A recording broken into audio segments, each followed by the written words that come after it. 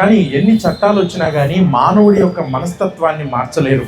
ప్రియ సహోదరుడా, చట్టము కేవలము మానవుణ్ణి నియంత్రించడానికే చేసింది, కానీ చట్టము మనిషిని రక్షించలేదు, చట్టము మనిషిని మార్చలేదు.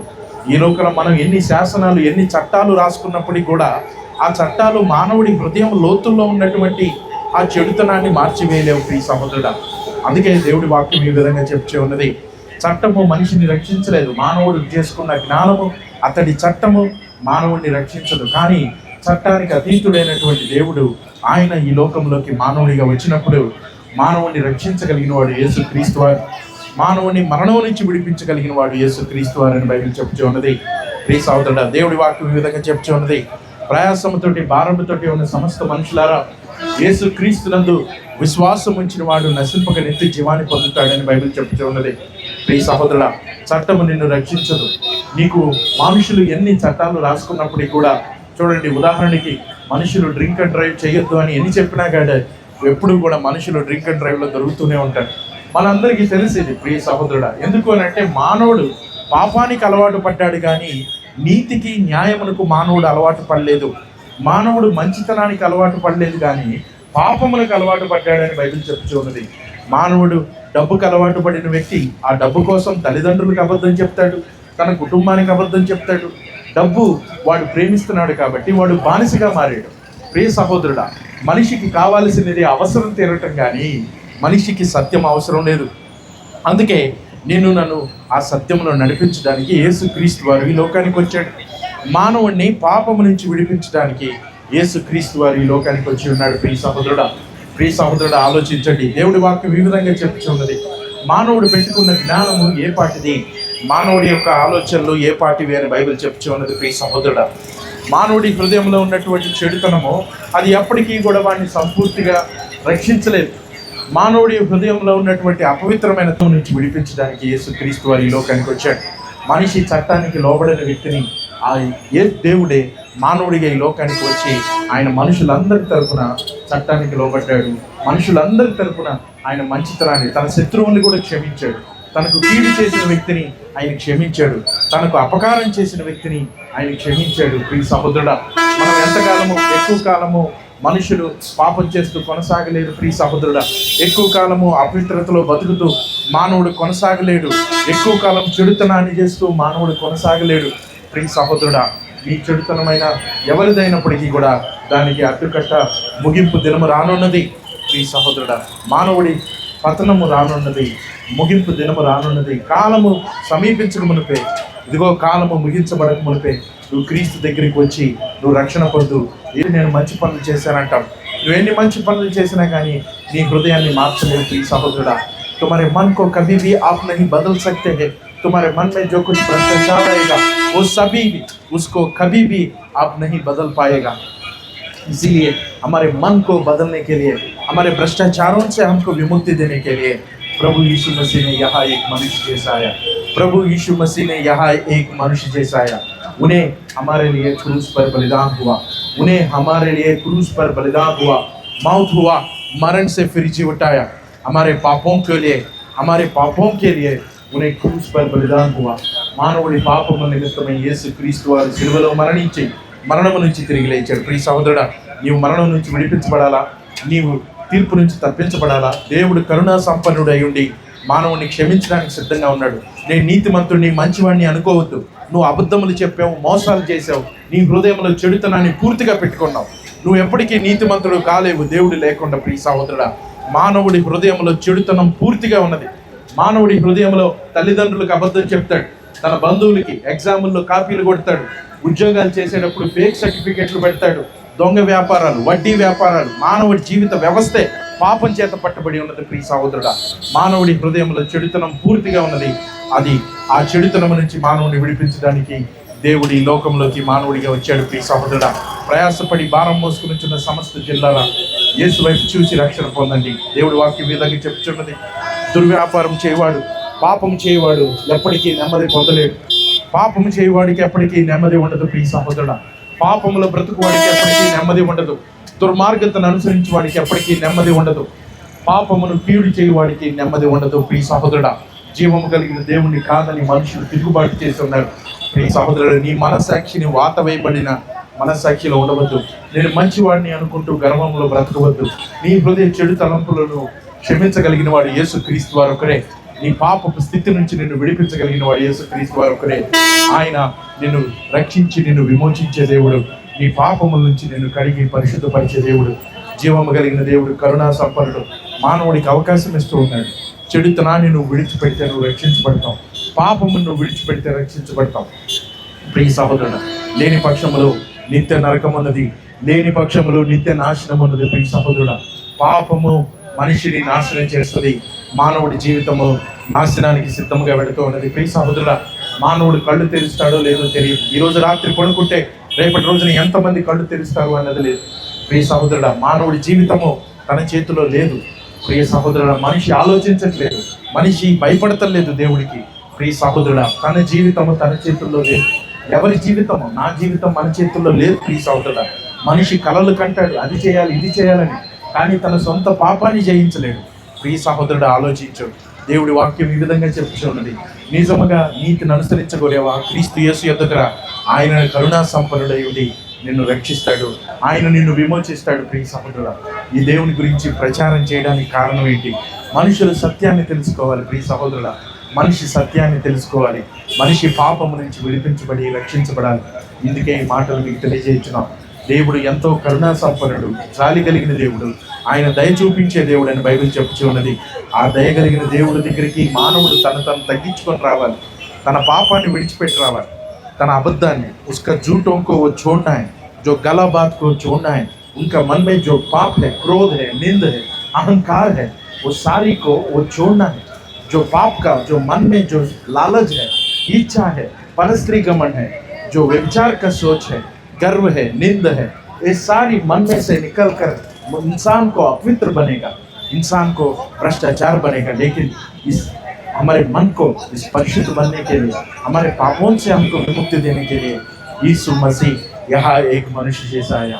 यीशु मसीह यहाँ एक मनुष्य जैसा आया, हमारे लिए क्रूस पर बलिदान हुआ, मौत हुआ, मरण से फिर जी उठाया। वो कभी भी नहीं जी पाएगा, कभी भी उन्हें इस मौत से नहीं बचाएगा। सुनाओ जी, मैं आपका दुश्मन नहीं हूँ, मैं केवल सुसमाचार बोल रहा हूँ। आपका दुश्मन आपका गुनाह है, आपका पाप है। आप जो झूठ बोला है तो वो झूठ आपका दुश्मन बनेगा। तुम्हारे गुनाह, तुम्हारे पाप तुम्हारे शत्रु है।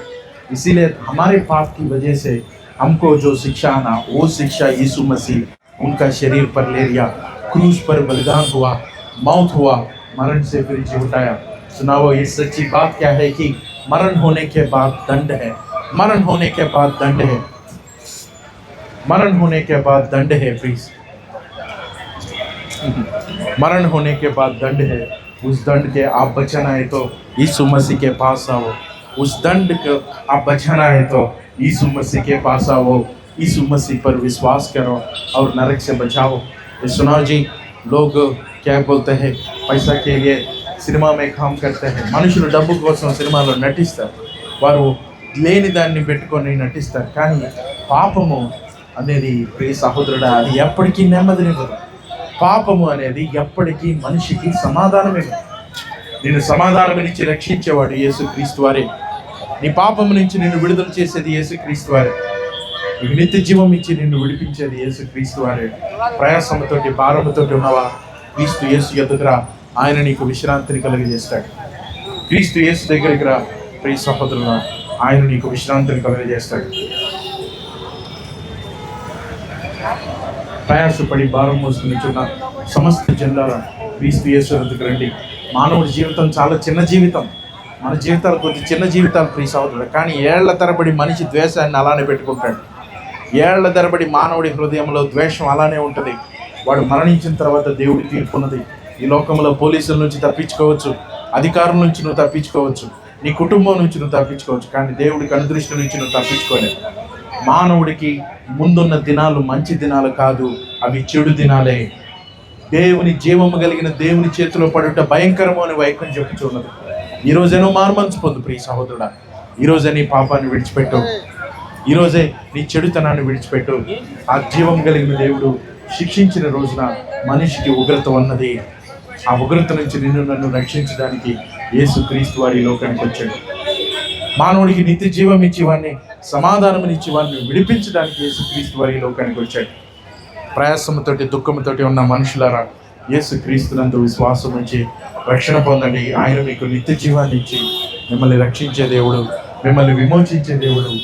మనిషిని ఎంతగానో మనిషికి విలువనిచ్చేది దేవుడు ఒక్కడే. ఈ మనుషులు వాడి కులమైతే ఇస్తాడు, డబ్బున్నవాడు డబ్బున్న వాడికి విలువిస్తాడు. మనుషులు పై రూపాన్ని లక్ష్య పెడతారని, కానీ దేవుడు అంతరంగాన్ని లక్ష్య పెడతాడని బైబిల్ చెప్తూ ఉన్నది. ఈ లోకములో ఉన్న వారు ఎవరు కూడా మానవుడికి విలువనివ్వరు. ప్రియ సహోదరుడా, ఒకటి తల్లి వాడిని ఆదరించవచ్చు, ఒకటి తండ్రి వాడిని ఆదరించవచ్చు, కానీ వారు నిరంతరము నిన్ను మొయ్యలేరు కదా. నిన్ను మోసేది ఇదిగో తల్లి అయినా ఒకరిని విడిచినేమో, కానీ దేవాది దేవుడు మానవుడిని విడవడు అని బైబిల్ చెప్పుచున్నది. దేవుడు ఎంతగా ప్రేమిస్తే మానవుడు మూర్ఖత్వాన్ని, మానవుడు పాపాన్ని ప్రేమిస్తూ ఉన్నాడు, మానవుడు స్వార్థాన్ని ప్రేమిస్తూ ఉన్నాడు. దేవుడు మనిషిని రక్షించాలని లోకానికి వస్తే మనిషి దేవుడు కాదని తిరుగుబాటు చేస్తూ ఉన్నాడు. ప్రియ సహోదరుడా, ఇదే సత్యం ఏమిటి అని అంటే, దేవుడు తను తాను ప్రత్యక్షపరుచుకున్నాడు, కానీ మానవుడు ఆయన గురించి వినడానికి సిద్ధంగా లేడు. ఎందుకంటే మానవుడి కళ్ళు మూసుకొని పోయినవి, మానవుడి కళ్ళు గుడ్డితనంలో ఉన్నవి, మానవుడి శరీరానుసారి వాడు ఆత్మ విషయాలు గ్రహింపుడు అని బైబిల్ చెప్పుచున్నది. కానీ చెవి గలవాడు వినుగాక. ప్రియ సహోదరుడా, చెవి గలవాడు వినుగాక. క్రీస్తు యేసు మానవుడిని విలువతో చూసినవాడు, మనిషిని విలువతోటి పెట్టి మనిషిని విలువతోటి చూచి మనిషిని రక్షించగలిగిన వాడు యేసుక్రీస్తు వారు. ప్రియ సహోదరుడా, మనిషిని రక్షించగలిగిన వాడు యేసుక్రీస్తు వారు ఒకటే. ఆయన ద్వారా తప్ప నువ్వు రక్షణ పొందలేవు. ప్రియ సహోదరుడా, మనిషి ఇదిగో నేను మంచివాడిని, యోగ్యుడిని అని తిరుగుతూ ఉన్నాడు, కానీ వాడి హృదయంలో చెడుతనం ఉన్నది, ద్వేషం ఉన్నది, అసూయ ఉన్నది. వాడు కపటంతో నింపబడ్డ వ్యక్తి. అలాంటి వ్యక్తిని దేవుడు క్షమించడానికి ఈ లోకానికి వచ్చాడు. ప్రియ సహోదరుడా, తన చెడుతనాన్ని మానవుడు విడిచిపెడితే రక్షించబడతాడు. తన పాపమును విడిచిపెట్టి క్రీస్తు యేసు దగ్గరకు వస్తే వాడు రక్షించబడతాడు. ప్రియ సహోదరుడా, నిత్య జీవాన్ని నువ్వు పొందాలా? క్రీస్తు యేసుతో నువ్వు నిత్య జీవాన్ని పొందుతావు. ఆయన ద్వారా నువ్వు విమోచించబడతావు. ప్రియ సహోదరుడా, ఇదిగో ఈ లోకములో ఉన్నదంటే గతించును, కానీ దేవుడి వాక్యము నిరంతరము నిలిచి ఉండని బైబిల్ చెప్తున్నది. ఈ లోకములో ఉన్నదంతా కూడా గతించిపోను, కానీ దేవుడి వాక్యమును విశ్వాసం ఉంచిన వాడు బ్రతుకుతాడు, వాడు నిత్య జీవాన్ని పొందుతాడు అని బైబిల్ సెలవిస్తూ ఉంది. ప్రియ సహోదరుడా, నిత్య జీవపు మాటలు మీకు తెలియజేస్తూ ఉన్నాం. దేవుడి యొక్క సత్యపు మాటలను మీకు తెలియజేస్తున్నాం. మా దగ్గర బైబిల్ ఉచితంగా ఉంది, కావలసిన వారు తీసుకోవచ్చు. ఇది దేవుడి వాక్యము ఉచితముగా, ముఫ్తమే. దేవుడు మనిషిని క్షమించేవాడు, మనిషిని రక్షించేది దేవుడు. ఈ రోజున నేను చెప్తున్న ఈ జాలి కలిగిన దేవుడు మీకు చేతగాని వ్యక్తిలా కనపడవచ్చు, కానీ రేపటి రోజున తీర్పు తీర్చేది ఆయనే మనుషుల్ని నిత్య నరకాగ్నిలోకి నెట్టేది. ప్రియ సహోదరుడు, మొదట దేవుడు మిమ్మల్ని క్షమించడానికి వచ్చాడు. తర్వాత దేవుడు మారు మనసు పొందని ప్రతి నామమును, ప్రతి వారిని కూడా ఆయన నిత్య నరకాగ్నిలో పడవేయనని బైబిల్ చెప్పుతూ ఉన్నది. ప్రియ సహోదరుడు, దేవుడు ఈ రోజున అవకాశం ఇస్తూ ఉన్నాడు. మనం తిరుగుబాటు మాన్తామని, ఈరోజు పాపాన్ని మాన్తామని దేవుడు అవకాశం ఇస్తూ ఉన్నాడు. చనిపోయిన తర్వాత మానవుడికి అవకాశం ఉండదు. ప్రియ సహోదరుడు, చెడుతనమును విడిచిపెట్టకుండా మరణించిన వాడికి తీర్పే ఉన్నది. ప్రియ సహోదరుడు, బ్రతికినంతకాలం దేవుడు మానవుడికి అనుదినము అవకాశం ఇస్తూనే ఉంటాడు. ఆయన అవకాశం ఇస్తూనే ఉంటాడు. చెడుతనాన్ని మానండి, పాపాన్ని విడిచిపెట్టండి, కీడు మాని మేలు చేయమని దేవుడి వాక్యం చెప్తుంది. ప్రియ సహోదరుడు, పాపమును చేయువాడు ఎప్పటికీ నెమ్మది పొందలేడు. ప్రియ సహోదరుడు, అన్యాయం చేయువాడు, దుర్వ్యాపారం చేయువాడు, దొంగ వ్యాపారం, వడ్డీ వ్యాపారం, అక్రమ సంపాదన, మోసపూరితమైన ధనార్జన చేసి మనుషుల్ని మోసగించి సంపాదించిన డబ్బుతోటి మనిషి నిత్య నరకానికి వెళ్తాడు. ప్రియ సహోదరుడు, మనుషులు జలగల్లాగా తయారవడం అంటే బలహీనుని ఎలాగ దోచుకుందామా, వాడి దగ్గర డబ్బు ఎలాగ తీసుకుందామా అని మనుషుల్ని వారు పాపమును చేస్తూ బ్రతుకుతూ ఉన్నారు. ప్రియ సహోదరుడు, సమాజం బాగుందనుకుంటున్నారు, కానీ విద్యా వ్యవస్థల కాడ నుంచి ఆరోగ్య హాస్పిటల్స్ వరకు కూడా, ప్రభుత్వాలు కూడా ప్రియ సహోదరుడు ప్రతి చోట మోసము అన్నది అంచెలంచెలుగా పేర్కొని ఉన్నది. అది పాపం చేత కట్టబడి ఉన్నది. ఈ లోక విధానము, ఈ లోక సామ్రాజ్యములు అవి పాపముతోటి ఉన్నవి. వీటిని పడగొట్టి దేవుడి రాజ్యం స్థాపించబోతున్నాడు. ప్రియ సహోదరుడు, దేవుడు తన నీతి రాజ్యమును స్థాపించబోతున్నాడు. ఆ రాజ్యంలో ప్రవేశించగోరువాడు చెడుతనమును విడిచిపెట్టి క్రీస్తు తన పాపముల నిమిత్తం మరణించి తిరిగి లేచాడని ఒప్పుకోవాలి, వాడు రక్షించబడతాడు. ప్రియ సహోదరుడా, దేవుడి రాజ్యంలో ప్రవేశించడానికి డబ్బులు అవసరం లేదు. దేవుడు మనలాంటి వాడు కాదు, మన దగ్గర డబ్బులు తీసుకోడు. దేవుడికి మనం ఇచ్చే ఆస్తిపాస్తులు అవసరం లేదు. దేవుడికి మనం ఇచ్చేటువంటి డబ్బులు ఆయనకు అవసరం లేదు. ప్రియ సహోదరుడా, దేవుడు వ్యాపారం చేసేవాడు కాదు. దేవుడికి కావాల్సిందేంటి? నిన్ను వల్ల నీ పొరుగు అని ప్రేమించడం. దేవుడు అడిగినదేంటి? సాటి మనిషిని, నీ కళ్ళెదుటున్న మనిషిని నువ్వు చూడలేని వ్యక్తివి, నీ హృదయంలో పాపమును పెట్టుకున్నవాడివి, నీ హృదయ లోతుల్లో చెడుతనమును పెట్టుకొని నువ్వు దేవుడి దగ్గరికి వచ్చి నీతిమంతుడు అని ఎప్పటికీ అనలేవు. ప్రియ సహోదరుడా, అందుకే ఆ దేవుడే మన దగ్గరికి వచ్చి నీతి అంటే ఏంటో తెలియజేశాడు. ఆ దేవుడు ఈ లోకంలోకి వచ్చి మంచితనం అంటే ఏంటో చూపించాడు. ఆయనే ప్రభువైన యేసుక్రీస్తు వారు. ప్రియ సహోదరుడా, ప్రయాసముకు, మానవుడి ప్రయాసకు ఒకరోజు ముగింపు ఉన్నది. ఈ లోకంలో మానవుడి జీవితం అంతా ప్రయాస. కీర్తనలు 90లో ఈ మాట అంటాడు, ఇదిగో మా జీవితకాలం అంతయు మేము వ్యర్థముగా జీవించుతున్న ఈ జీవితం. బైబిల్ అన్నది మానవుడి జీవితం వ్యర్థంగా జీవిస్తున్నాడు. ప్రయాసముతోటి నువ్వు ఉన్నాడు, అతడు మరణానికి వెళుతూ ఉన్నాడు. ప్రియ సహోదరుడా, ఎంత ప్రయాస, ఎంత దుఃఖమో. మానవుడి జీవితం అంతా దుఃఖంతో నింపబడి ఉన్నది. క్రీస్తు యేసు యొద్దకు రండి, ఆయన మీకు విశ్రాంతినిచ్చి మిమ్మల్ని విడుదల చేసే దేవుడు ప్రభువైన యేసు క్రీస్తు వారు.